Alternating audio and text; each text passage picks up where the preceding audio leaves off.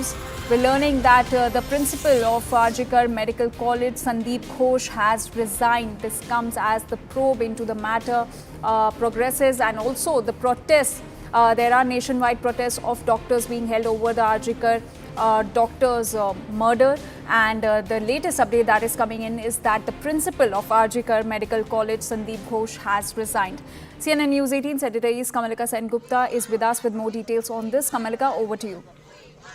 What we are getting, that there was a tremendous pressure on him, and definitely all the questions were leading towards him. Dr. Sandeep Ghosh, who is a principal, has resigned. Now he's saying, what we are getting is, he's saying that there was he has not been asked to resign, but with the incident which has happened and with social media posts and whatever the students' emotion is there, that's why he has risen. But no doubt, whatever has happened in RG Kar, he has to take in the responsibility. That was the point of the students.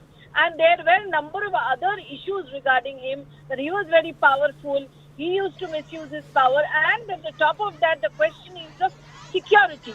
That is the question which was against him, that how could this Sanjay Rai, he could go inside the hospital in the middle of the night, intoxicated, in an intoxicated way.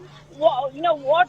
From where he is getting this audacity? What was the principal doing? Where is the security? So all these questions, we know that now it is a nationwide uproar.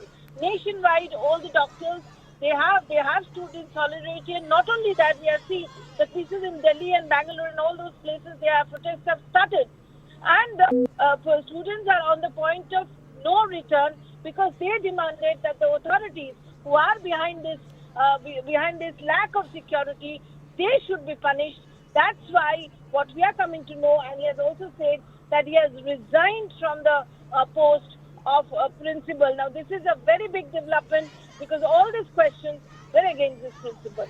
All right, Kamalika, thank you so much for getting us all those details. We'll keep coming back to you for more updates on this story.